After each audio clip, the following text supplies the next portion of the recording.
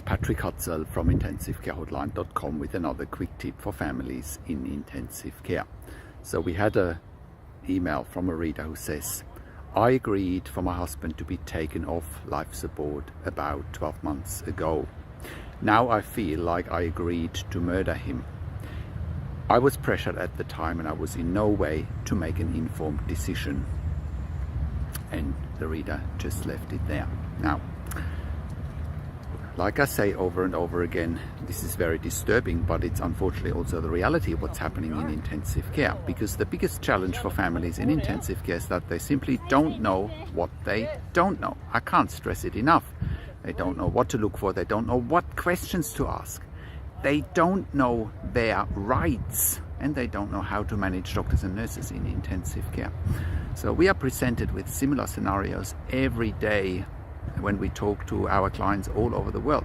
They're feeling coerced, they're feeling pressured by intensive care teams to agree to take their loved ones off life support. And I couldn't agree more with that. This is potentially murder. It's at least euthanasia if someone is hastened to death. Look at the definition of euthanasia.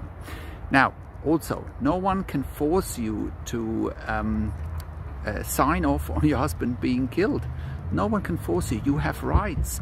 Now, intensive care teams are very good at pretending that they can do whatever they like without your consent, and nothing could be further from the truth.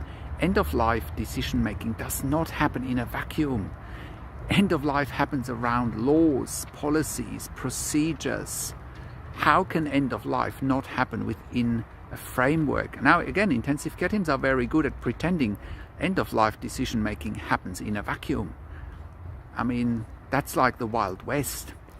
And you need to exercise your rights. And also another thing that families in intensive care simply don't know, they don't know about treatment options. They are not asking the right questions. Intensive care teams are known to only tell families half of the story unless you are asking all the right questions, which I've published an article what questions to ask. So you can look it up. It's a free article.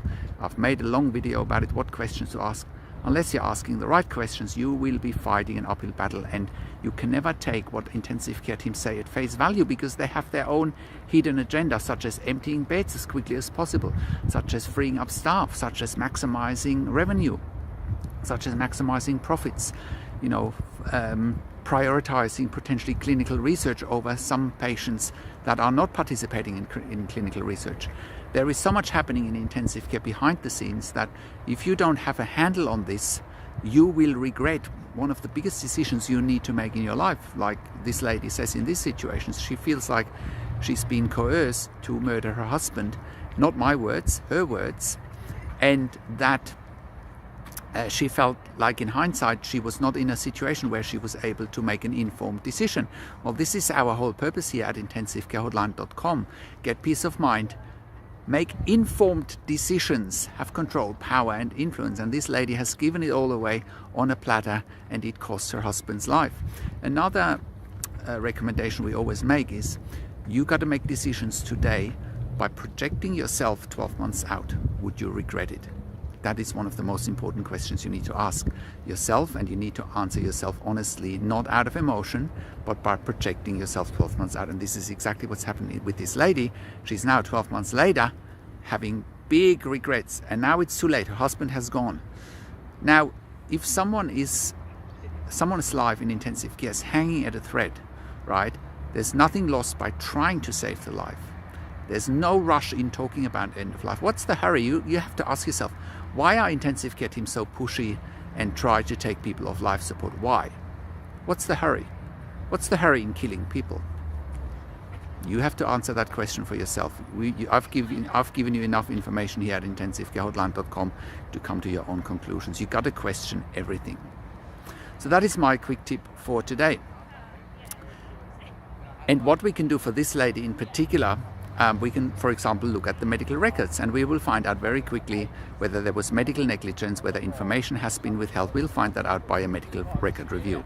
Now, if you have a loved one in intensive care, go to intensivecarehotline.com, call us on one of the numbers on the top of our website, or simply send us an email to support@intensivecarehotline.com. Also, have a look at our membership for families in intensive care at intensivecaresupport.org. There you have access to me and my team 24 hours a day in a membership area and via email, where we answer all questions intensive care related. Also, if you need a medical record review, contact us as well. If you need a medical record review while your loved one is in intensive care, we can help you with that. We can also help you with a medical record review after intensive care, especially if you are concerned about medical negligence. We can find out for you whether there has been medical negligence or not. Like the video, subscribe to my YouTube channel for regular updates for families in intensive care. Share the video with your friends and families, click the notification bell, and comment below what you want to see next, or what questions and insights you have from this video. Thanks for watching. This is Patrick Hutzel from intensivecarehotline.com, and I will talk to you in a few days.